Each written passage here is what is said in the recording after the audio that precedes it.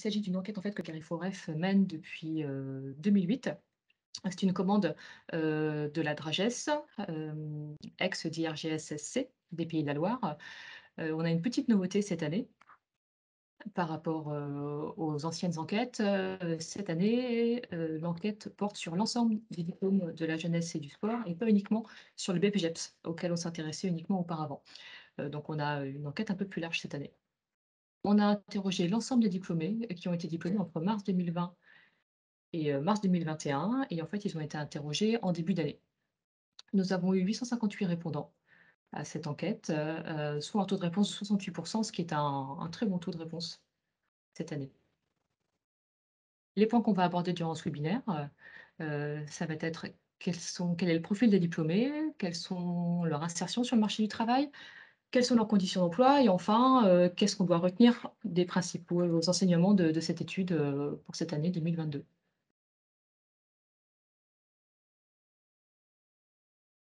Le profil des diplômés. Déjà, un petit point sur, ce que je vous disais par rapport à l'intégration de nouveaux diplômes. On a cette année 4 diplômes qui sont interrogés dans cette enquête, que vous connaissez peut-être, le CPJEPS, BPJEPS, DGEPS et DESJEPS, qui à eux 4 couvrent 4 niveaux de qualification du CAP jusqu'au bac+3.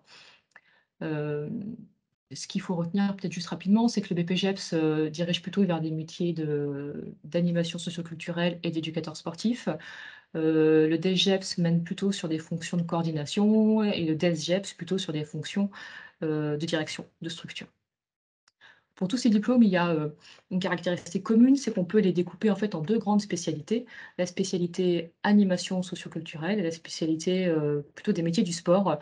Dans toute la présentation, vous verrez, on va découper, l'analyse de l'enquête entre animateur et éducateur sportif, ce qui est un peu un raccourci, mais c'est pour nous, donner un peu de lisibilité sur ces 2 grandes spécialités.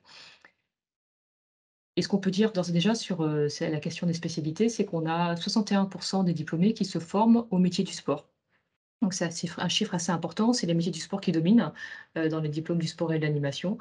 Ce qu'on peut noter par rapport à l'année dernière, c'est quand même on a un rééquilibrage puisqu'auparavant on avait 78 de diplômés qui se formaient au métier du sport. Donc l'animation socioculturelle a un petit peu augmenté cette année. Quand je vais vous parler d'évolution, par contre, je vais vous parler d'évolution uniquement des BPJEPS. Comme je vous l'ai dit, c'est la première année qu'on mène l'enquête pour les autres diplômes, donc on a du recul uniquement pour les BPJEPS. Donc les évolutions ne sont possibles que pour ce public-là. En termes de répartition par sexe, on a quelque chose d'assez marqué pour les diplômés du sport et de l'animation. Vous le voyez sur les graphiques. En ce qui concerne les hommes, ils sont principalement, inscrits dans des métiers du sport. Je suis désolée, ma petite, bulle s'affiche mal à l'écran. En fait, 75 des hommes, se forment au métier du sport, là où, pour les femmes, on a quelque chose d'un peu plus équilibré. Elles sont principalement dans les métiers de l'animation, mais on a quand même 44 d'entre elles qui se dirigent aussi vers les métiers du sport. Cette répartition hommes-femmes a évidemment des conséquences lorsqu'on regarde chaque spécialité. La spécialité du sport, du coup, est à 68 occupée par des hommes, là où les femmes prennent beaucoup plus de place dans l'animation socioculturelle. Pas tant on l'a vu parce qu'elles se dirigent principalement vers ça, mais surtout par du fait de l'absence d'hommes dans dans cette spécialité. Là aussi, cette année, lorsqu'on regarde uniquement les BPJEPS, on a un rééquilibrage. On a, davantage de femmes donc qui sont entrées dans les diplômes du sport et de l'animation et donc on a un peu plus de personnes dans la spécialité animateur, socioculturel. Léo, je vois qu'on a une question? Oui, il y a une personne qui demande si le support sera disponible. Oui, le support sera disponible en ligne.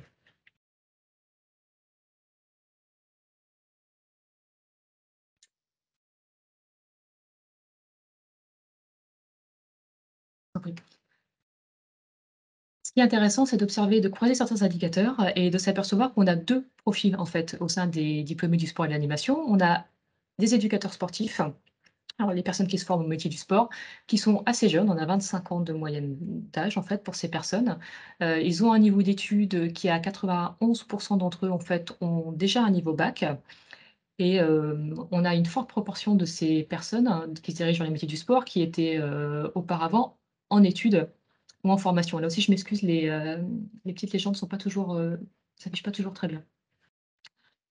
En ce qui concerne les personnes qui se dirigent vers les métiers de l'animation, on est sur un profil de personnes plus âgées, 31 ans en moyenne, un peu moins qualifiées, même si tout de même 81 d'entre eux ont un niveau bac. Et ce qui les caractérise assez franchement, c'est le fait qu'ils ont déjà eu une expérience de travail dans le secteur. 40 d'entre eux étaient déjà en emploi dans le secteur et 33 d'entre eux étaient demandeurs d'emploi. Donc c'est quelque chose qu'on retrouvait déjà l'année dernière. La conclusion que nous on en tire, c'est qu'on a, dans les métiers du sport, plutôt des jeunes sortant de formation pour qui, le BPGEPS principalement va être l'occasion de s'intégrer dans le secteur du sport et de l'animation. Là où pour les spécialités animateurs, on est plutôt sur des gens déjà intégrés, au secteur, pour qui en fait ça va être l'occasion de consolider, leur parcours professionnel au sein du domaine du sport et de l'animation. Dans les 2 cas, vous le voyez, on est quand même sur des gens qui ont déjà, dans la plupart des cas, un niveau bac. Donc ça renforce l'idée que, le BPGEPS et les autres diplômes du sport et de l'animation sont vraiment des outils de professionnalisation, en fait. Les personnes ne cherchent pas forcément une élévation du niveau de qualification. Elles cherchent avant tout à s'intégrer dans le domaine du sport et de l'animation, quitte à refaire un diplôme sur un niveau d'études qu'elles ont déjà.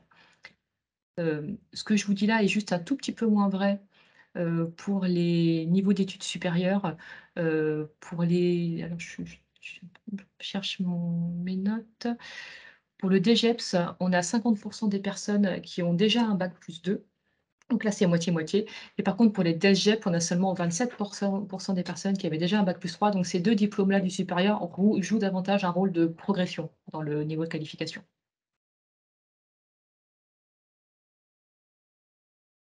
Une petite remarque, peut-être êtes-vous surpris de voir qu'on a autant de personnes qui se forment au métier d'animation qui étaient auparavant demandeurs d'emploi, 33. Je ne pense pas qu'on puisse dire que ces, formations attirent davantage les demandeurs d'emploi. C'est plus une question d'âge. En fait, comme ces personnes-là sont déjà actives, en fait, elles ont plus, l'occasion d'avoir été au chômage, en fait, que les personnes qui se forment au métier du sport, qui, elles, sont des jeunes qui sortent tout juste des études. Dernier point intéressant sur le profil. Lorsqu'on observe la globalité, on s'aperçoit que, même en termes de diplôme, certains ont déjà un diplôme du sport et de l'animation, notamment pour, les personnes qui se forment au métier d'animation, à cause du BAFA, en fait, qui est finalement le 1er diplôme, en tout cas la première porte d'entrée vers, les métiers de l'animation.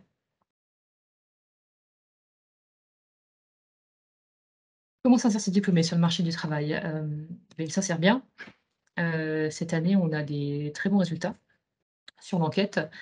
Au global, 83 des diplômés sont en emploi à l'issue de leur formation, 80 pour les métiers du sport et 88 pour les animateurs. Heu, Ce sont des bons résultats, ce sont en plus des résultats qui suivent, l'enquête précédente où, l'insertion avait été un petit peu en baisse pour les BPGEPS. On était à 73 alors qu'aujourd'hui ils sont à 82 en emploi, donc on a un vrai rebond, après la crise sanitaire. On peut considérer que les freins à l'emploi ont été levés pour les métiers du sport et de l'animation et qu'on a un vrai effet rattrapage.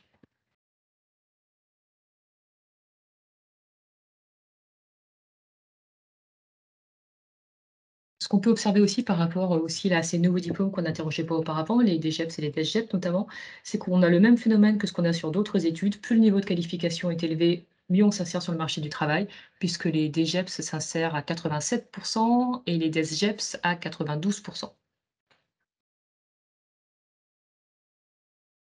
Pour l'insertion, on peut se demander si ces diplômes du sport et de l'animation ont un réel effet levier, notamment lorsqu'on s'intéresse aux demandeurs d'emploi ou aux personnes qui étaient auparavant en études et on peut constater que 81 des demandeurs d'emploi sont aujourd'hui enfin 81 de ceux qui étaient demandeurs d'emploi sont aujourd'hui en emploi et 70 de ceux qui étaient en études, sont aujourd'hui en emploi aussi. Donc on a bien cet effet levier des diplômes du sport et de l'animation. On peut aller un peu plus loin pour regarder la situation des personnes, notamment ceux qui ne sont pas en emploi. Où est-ce qu'ils sont? Et pour les animateurs, on peut constater que 11 des personnes sont encore en demande d'emploi, après l'obtention de leur diplôme. Pour les éducateurs, ce qui prime, en fait, ce sont plutôt des personnes qui sont en poursuite de formation. 12 ont repris, une formation dans le domaine du sport et de l'animation. Pour 76 d'entre eux, ce sont des diplômes, qui sont une poursuite de parcours puisqu'on a par exemple des licences TAFS, d'autres BPGEPS ou des DGEPS.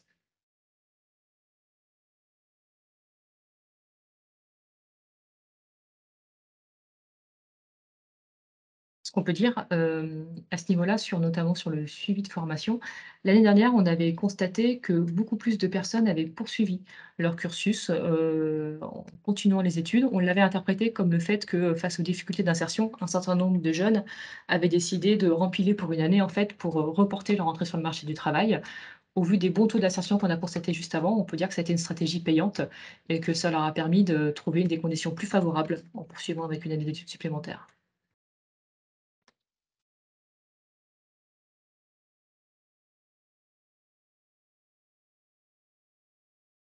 Observer l'insertion, c'est intéressant. Ce qui est aussi intéressant, c'est de savoir si les personnes qui s'insèrent en emploi s'insèrent bien dans le domaine du sport et de l'animation. Et là aussi, on a plutôt des bons résultats. 69 de ceux qui exercent un emploi ont une activité qui est en relation directe avec leur diplôme. 17 ont eu un emploi qui est en relation avec les compétences qu'ils ont acquises dans le diplôme. Et enfin, on a au global seulement 14 des personnes qui travaillent en dehors du domaine de l'animation et du sport. Si on regarde un peu les 2 spécialités, on s'aperçoit que cette proportion de personnes qui sont en dehors, du sport et de l'animation est un peu plus forte, pour les métiers du sport que pour les métiers d'animateur où ils sont seulement 9.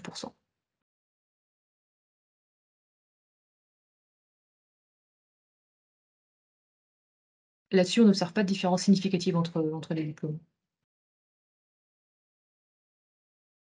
Quelles sont les conditions d'emploi de ces diplômés?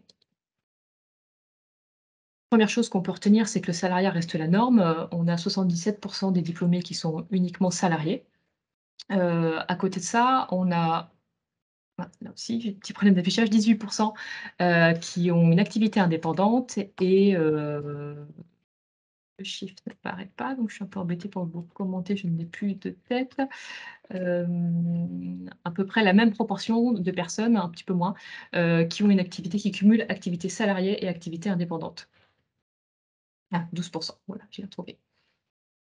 Pour ceux qui cumulent tout de même, celle qu'ils considèrent comme l'activité principale, c'est l'activité salariée. L'activité indépendante, elle concerne davantage les éducateurs sportifs que les animateurs. Là, c'est lié à l'environnement de travail, en fait. Juridiquement, il est plus compliqué d'avoir une activité indépendante, en tant qu'animateur. Ce qu'on constate sur cet, aspect de travail indépendant, c'est que ça faisait plusieurs années que, en particulier pour les éducateurs sportifs, on avait une augmentation de la part des indépendants. En fait, tout ce phénomène-là a accompagné, la mise en place de la micro-entreprise, et du coup, on avait de plus en plus de personnes indépendants. Cette année, pour la première fois, on observe un léger fléchissement. On a un peu moins de personnes qui se déclarent indépendants. C'est encore un peu tôt pour dire si c'est une tendance de fond. On saura dans la prochaine enquête si c'est quelque chose qui va se poursuivre.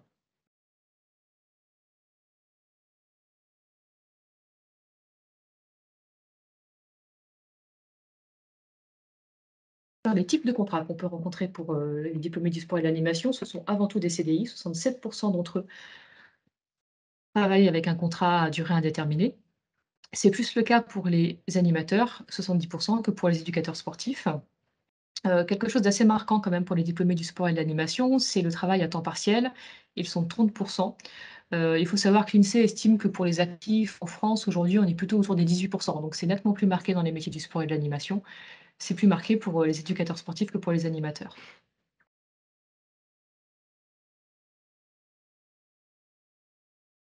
On interroge les diplômés, pour savoir si, ils souhaiteraient travailler davantage qu'à temps partiel et ils sont 2 tiers à nous répondre qu'en fait, ils souhaiteraient travailler davantage. Donc on peut considérer que pour 2 tiers des diplômés, ce travail à temps partiel, en fait, est plutôt subi, et qu'ils souhaiteraient pouvoir travailler plus. Si on fait un focus sur les BPJEP cette année en matière de conditions d'emploi, on peut noter qu'on a une très forte progression du temps plein pour les BPJEPS, mais uniquement pour, les animateurs et animatrices.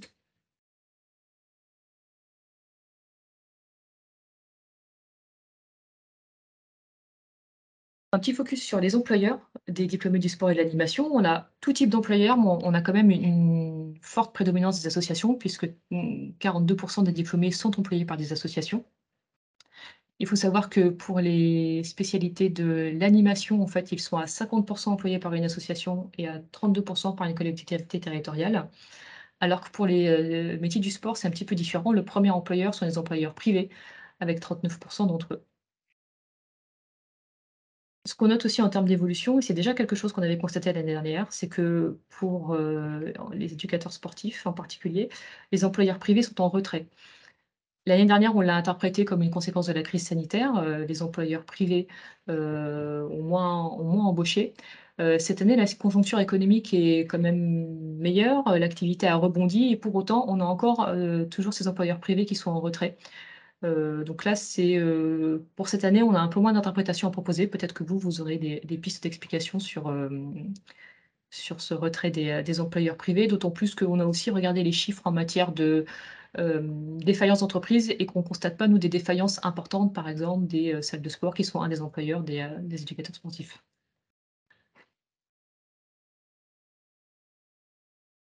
Sur la taille des entreprises, on a, 1/3 des entreprises qui sont de moins de 5 salariés.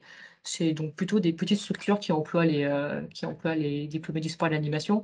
Pour autant, les grandes structures ne sont pas absentes puisqu'on a, quand même 50 des diplômés qui sont des structures de plus de 10 salariés. Ce qui est intéressant sur cet aspect employeur aussi, c'est de regarder, le lien emploi-formation au regard de l'employeur et on s'aperçoit que dans les associations et les collectivités territoriales, le lien emploi-formation est beaucoup plus fort. Elles offrent des conditions du coup de travail qui sont plus en lien avec le diplôme. Là où dans les entreprises et les administrations d'État, ce lien emploi-formation est beaucoup moins fort, en fait, il tombe en dessous des 55.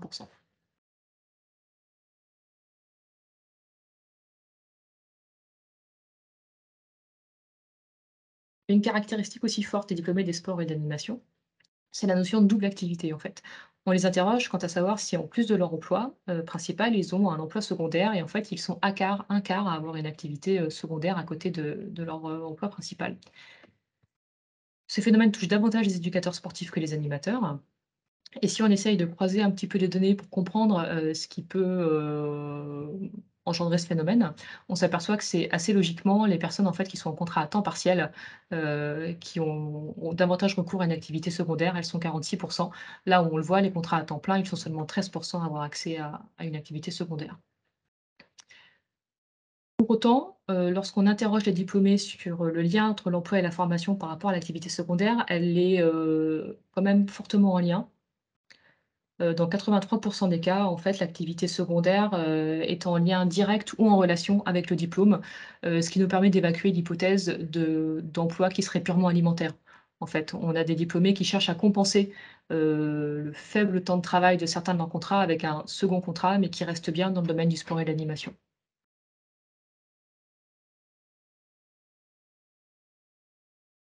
On peut constater aussi cette année pour, les BPGEPS, c'est que l'activité secondaire est en forte baisse. Notamment pour les métiers de l'animation, et c'est à rapprocher de ce que je vous ai dit précédemment sur la forte hausse des CDI et des temps pleins, pardon, pas des CDI. En fait, davantage d'animateurs ont pu, trouver du travail cette année avec, des temps pleins, ce qui mécaniquement a fait baisser la part d'activité secondaire.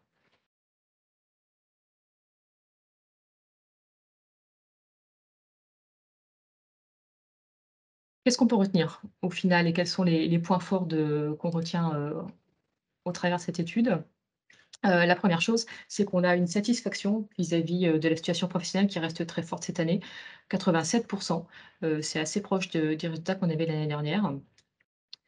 Donc c'est plutôt un constat là aussi très positif. On interroge les diplômés pour, savoir ce que leur diplôme a permis en fait, leur a permis en termes de carrière et la première chose qu'ils, disent, 2 tiers d'entre eux en fait, annoncent que, le premier intérêt du diplôme, c'est évidemment de trouver un emploi. Mais on a aussi la moitié qui nous disent que le diplôme leur a permis d'accroître leurs responsabilités. On en a un peu moins d'un tiers que le diplôme leur aurait permis d'améliorer leurs conditions d'emploi. Et enfin, un petit peu moins, un peu un quart ou un peu plus d'un quart en fait, nous disent que, ce diplôme a aussi permis d'augmenter leur temps de travail ou d'améliorer leur, rémunération. Mais justement sur la rémunération cette année, on a quelque chose d'assez fort qui ressort, qui n'était pas ressorti les années précédentes. On demande aux diplômés s'ils sont satisfaits de leur rémunération et cette année, ils sont 49 à déclarer être satisfaits. Lorsqu'on fait un focus sur les BPGEPS, en fait, l'année dernière, ils étaient 71. Donc là, on a vraiment un signal fort envoyé par les diplômés, d'une forme d'insatisfaction qu'on peut interpréter de 2 manières, soit en effet les rémunérations sont moins fortes cette année pour, les diplômés du sport et de l'animation. Nous, on manque d'éléments chiffrés pour pouvoir, étayer cette hypothèse, mais on pourrait se dire qu'avec, la crise sanitaire, en effet, les structures ont moins de ressources financières et ont peut-être moins rémunéré les diplômés. L'autre manière d'interpréter cette insatisfaction, ce serait de se dire que l'année dernière, les diplômés étaient très centrés sur l'accès à l'emploi et il y avait des fortes inquiétudes sur la capacité à s'insérer sur le marché du travail. Comme cette année, les choses se déroulent mieux en termes d'emploi, peut-être que maintenant les diplômés ont d'autres aspirations et notamment, ils aspirent à de meilleures rémunérations. C'est, une des pistes qu'on peut avancer.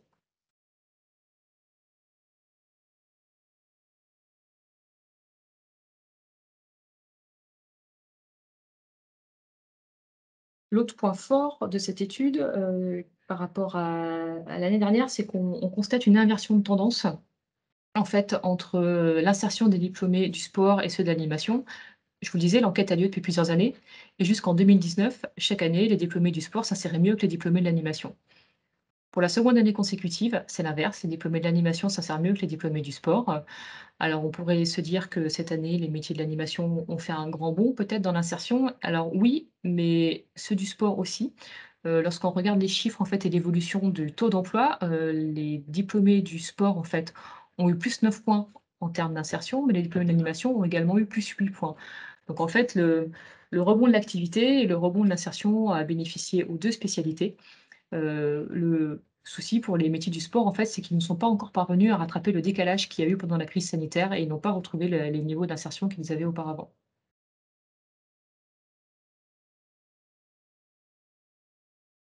Enfin, pour terminer, une petite présentation, en fait, pour résumer quelques points clés, qui sont apparus pendant la présentation de l'étude. Ce dont on s'aperçoit, en fait, c'est que les conditions d'emploi sont plus favorables globalement cette année au métier de l'animation. Je vous le disais, il y a davantage de temps plein pour les animateurs. On voit ici sur ce graphique qu'ils sont 72 à exercer une activité à temps plein, alors qu'ils étaient 60 auparavant. Donc il y a un vrai bond pour eux sur ce point-là, ce qui n'est pas le cas pour les éducateurs. On a un écart entre CDI et CDD, entre les animateurs et les éducateurs qui se maintient. Les animateurs sont à 68 employés en CDI, ils ont gagné encore 2 points cette année, là où les éducateurs sont à 59 en CDI et c'est juste un niveau qui se maintient par rapport à l'année dernière et l'écart est donc toujours aussi important. On a moins d'activités secondaires pour les animateurs. L'activité secondaire a baissé en général pour les BPGEPS, mais elle a baissé de 15 points pour les animateurs et seulement de 3 points pour les éducateurs sportifs. Donc ces 3 points-là, expliquent pourquoi on considère que les conditions d'emploi sont un peu meilleures pour les métiers de l'animation. Juste une petite nuance, là je vous ai indiqué un graphique, alors peut-être un petit peu compliqué à lire, mais on a regardé l'évolution du lien emploi-formation entre les diplômes et les spécialités. On s'aperçoit que pour les métiers d'animation, ils sont 74 à avoir un emploi qui est en lien direct avec leur diplôme, mais c'est une baisse de 17 points par rapport à l'année dernière. Ce qui augmente en fait, c'est, le lien emploi-formation, mais uniquement sur la partie en lien avec les compétences acquises et on a un peu plus d'animateurs qui sont en dehors de la sphère de l'emploi et de la sphère du sport et de l'animation.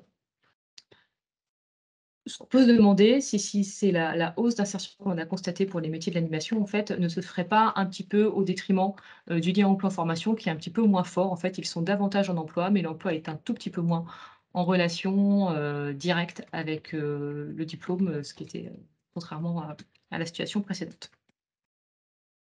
Voilà pour cette présentation rapide de l'étude qu'on a menée. Si vous avez des questions, c'est le moment de les poser.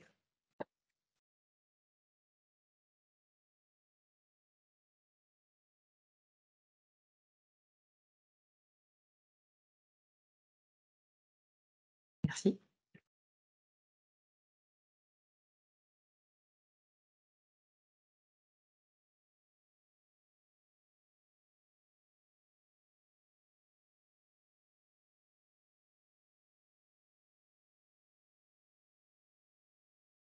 Je vois qu'il y a des réactions qui arrivent sur le chat. Pas de questions. Parfait.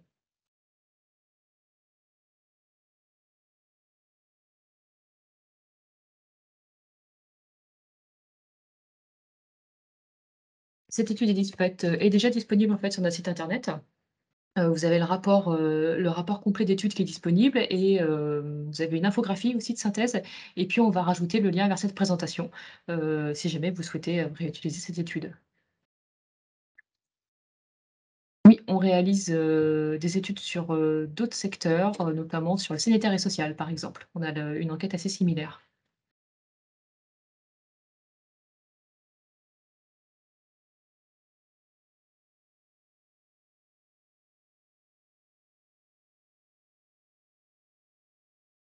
Le sanitaire et social, peut-être Léo, tu as finalisé l'étude sur le sanitaire et social? Oui, mais pour on n'a pas de date encore. Il n'y a pas de date encore. Alors, Ça la sera courant du mois de novembre, normalement. pour novembre, dit mon collègue. Dans tous les cas, au travers de la lettre d'information du Carrefour-F et dans la partie agenda de notre site, vous avez accès à l'ensemble des webinaires qui sont proposés par le Carrefour-F et le webinaire sanitaire et social sera, diffusé, à cet endroit-là. Madame Lehenorff qui a une remarque. Cette étude confirme l'attention que le GIEC nous a remontée sur ces métiers. Les employeurs sont en forte demande. D'accord, très bien. Merci monsieur Douche. Très bien. Mais écoutez, on va clôturer la présentation de ce webinaire si vous n'avez pas d'autres remarques, si d'autres remarques arrivent.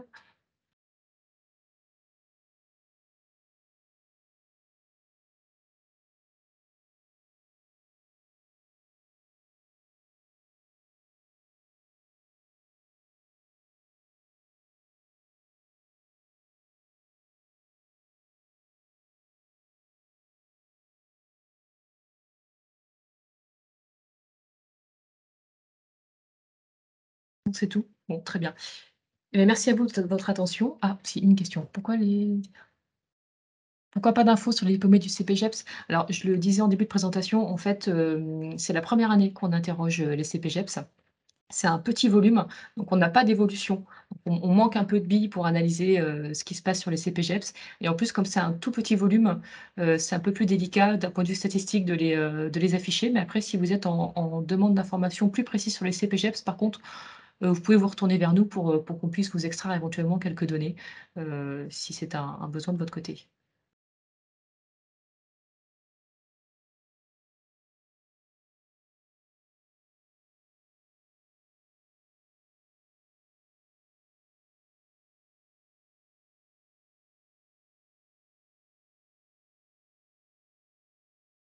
Merci à vous, je vous souhaite une bonne fin de journée.